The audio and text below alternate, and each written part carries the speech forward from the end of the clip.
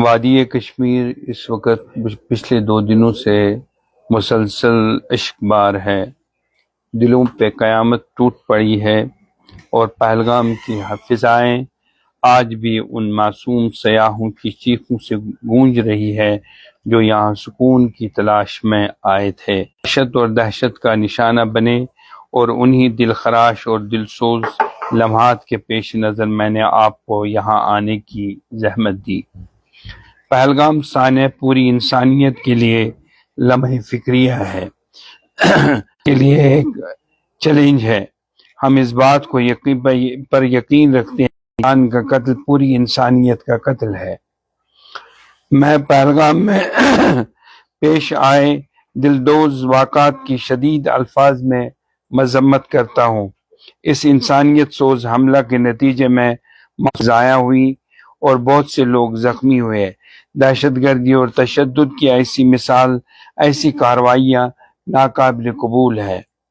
ہمارے معاشرے میں ان کی کوئی جگہ نہیں ہے، نہ دین اسلام میں اس طرح کا قتل ناحق کا کوئی جواز بنتا ہے۔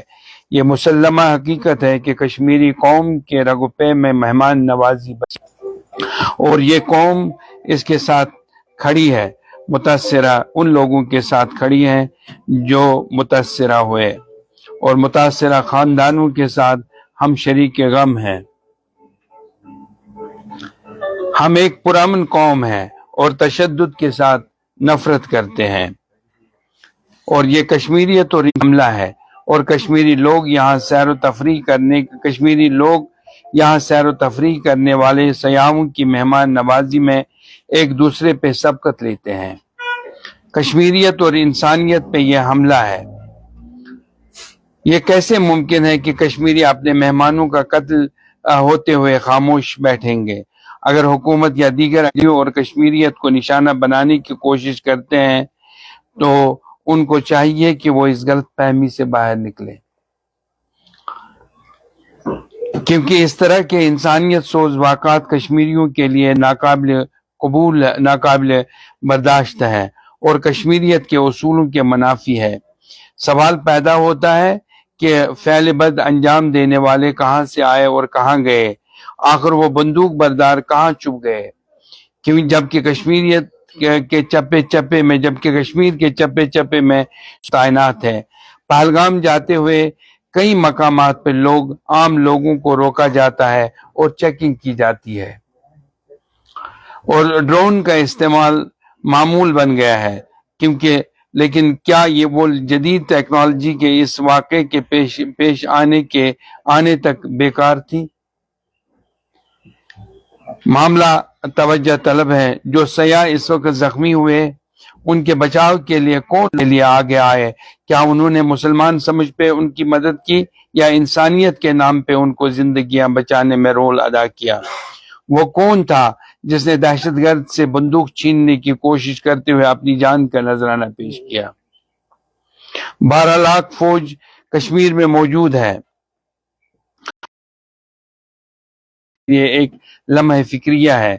کشمیری قوم اپنی معیشت، سیاست اور کشمیریت کو کسی بھی صورت میں کھونا نہیں چاہتی ہے، بلکہ وہ صرف یہاں آنے والے سیاحوں کا خیر مقدم کرتے ہیں اور آئندہ بھی کرتے رہیں گے۔ سرکار بار بار دعویٰ کرتی ہے کہ یہ خطہ اب دہشت گردی سے پاک ہو چکا ہے، تو ایسا کیوں ہو رہا ہے اور پہلگام جیسا گھناؤنا واقعہ کس طرح پیش آیا؟ اس طرح سرکار کے ان دعووں پہ ایک سیاہ دبا ہے جس میں 27 جانیں تلف ہوئی اور درجنوں لوگ زخمی ہوئے۔ میں ان کے جہاں تک امرناتھ یاترا پہ آنے والے عقیدت مند اور دوسرے سیاح ہمارے مہمان ہیں اور ہمارے مہمان بنتے رہیں گے، ان کے تحفظ کو یقینی بنانے کے لیے اپنی کوشش جاری رکھنے کے لیے وعدہ بند ہوں۔ مجھے ہندوستانی میڈیا کی نفرت انگیزی اور جھوٹ پہ مبنی خبروں پہ حیرت ہوتی ہے، کیونکہ مسلمانوں اور دوسرے فرقوں کے درمیان وہ نفرت پھیلانے میں مصروف العمل ہے، اور لہٰذا اس طریقے کو سے اجتناب کیا جائے اور جس سے فتنہ فساد بلکہ آپسی ہم آہنگی بھائی چارے کو بنائے رکھنے کے لیے ان کو چاہیے کہ وہ صحافتی اقدار اور اصولوں کی پاسداری کریں۔ آخر میں تمام ائمہ مساجد اور خطیب حضرات سے اپیل کرتا ہوں کہ جمعہ کے خطبات میں پہلگام میں آنے والے واقعہ اور اس طرح کی قتل و غارت گری کی مذمت کریں اور دنیا پہ یہ واضح کریں کہ اسلام مذہب ہے اور دہشت گردی پھیلانے والے اور اس کے معاونین اسلام کے داعی نہیں بن سکتے۔ اللہ ہم سب کا حامی و ناصر ہے۔ میں چاہتا ہوں کہ اس وقت ہمارے یہاں دو مسئلے ہیں۔ ایک صورتحال یہ ہے کہ خامخواہ کشمیریوں کو ملوث کیا جا رہا ہے کہ وہ اس پیچھے تھے، ان کا ہاتھ تھا، اور میں یہ کہنا چاہتا ہوں اگر خدا نہ خواستہ ہمارا کوئی اس میں ہاتھ ہوتا، کیا وہ آدمی جس نے اپنی جان بندوق چھینتے وقت اس نے اپنی جان دے دی دہشت گرد سے، کیا وہ مسلمان نہیں تھا؟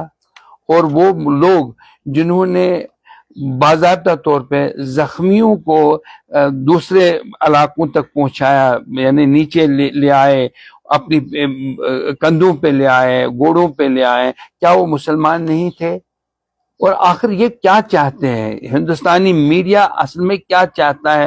کیوں نفرتیں پھیلانے کی کوشش کرتا ہوں کہ انہیں ضرور رابطہ قائم کر لیجئے۔ میں نام لینا چاہتا ہوں سر راجدیپ دیسائی جی کا، رویش کمار کا، کرن تھاپر جی کا، وہ کس طریقے سے اس مسئلے پہ اپنی نگاہ رکھتے ہیں۔ بھائی آپ انصاف کر لیجئے ہمارے ساتھ، ہم دہشت گرد نہیں ہیں، ہم نے اپنے عزیز و اقارب کو اپنے کندھوں پہ 1990 سے اٹھایا ہے، ان کو قبرستانوں میں ہم لے چکے ہیں، and we can feel anyone else۔ یہ ہمارے لیے ایک چھوٹا مسئلہ نہیں ہے، بلکہ میں ان سے یہ کہنا چاہتا ہوں what happened in Pahalgam is not only tragic but devastating۔ یہ ہمارے لیے ایک لرز خیز ہے، is a deplorable and condemnable and shameful act۔ Everyone in Kashmir is in deep pain۔ ہم لوگ تکلیف میں ہیں، and we have shared our pain with others۔ What hurts us is that the hate is being spread and hate mongers are labeling us as terrorists and enemies of humanity۔ یہ shameful ہے۔ Being Kashmiri, I want to say that we have been misrepresented for decades together and sold out media is trying to create division between the communities for their TRP۔ اب شام table کہتے ہیں، کبھی فاروق عمر عبداللہ کو نشانہ بناتے ہیں، کبھی سپریم کورٹ کو نشانہ بناتے ہیں، کبھی یہ کہتے ہیں کہ یہاں پہ الیکشنز کیوں نہ ہوئے، کیوں الیکشنز نہیں ہونے چاہیے تھے۔ یہ سب چیزیں ہیں جن کا اس مسئلے سے کوئی تعلق ہی نہیں ہے۔ ہمارا یہ مطالبہ ہے جن لوگوں نے یہ ان کو سر عام پھانسی دے دیجئے، لال چوک لے آئیے، ان کو ہم پھانسی دیں، ہم کشمیری ان کو پھانسی پہ چڑھائیں گے۔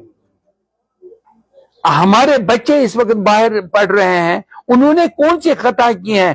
کیا ہمارے بچوں نے کل کینڈل لائٹ مارچ نہیں کیا، موم بتیاں نہیں جلائی ان کی سولیڈیرٹی میں؟ کیا وہ کشمیر بند میں نے کال نہیں دے دی جس کا اثر یہ نکلا کہ پرندہ نہیں اڑ پایا اور تمام لوگوں نے اس کا ساتھ؟ کیا اب یہ میڈیا یہ کس طریقے سے ہمیں بدنام کرنا چاہتی ہے، کیوں کرنا چاہتی ہے؟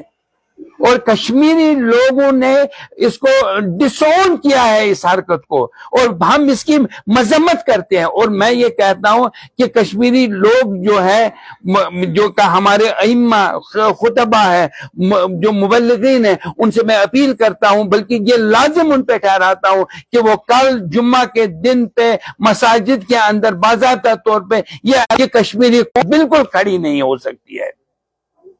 ہم اس کی یعنی مکمل طور پہ بآواز بلند اس کی مذمت کرتے ہیں، ہم اس کو ڈسون کرتے ہیں۔ یہی ایک مسئلہ۔ اور میں یہ کہتا ہوں کہ اس میں دیکھیے مسئلہ یہ ہے کہ آپ جانتے ہیں کہ اس میں سیکیورٹی لیپس کا ایک مسئلہ سامنے آ رہا ہے۔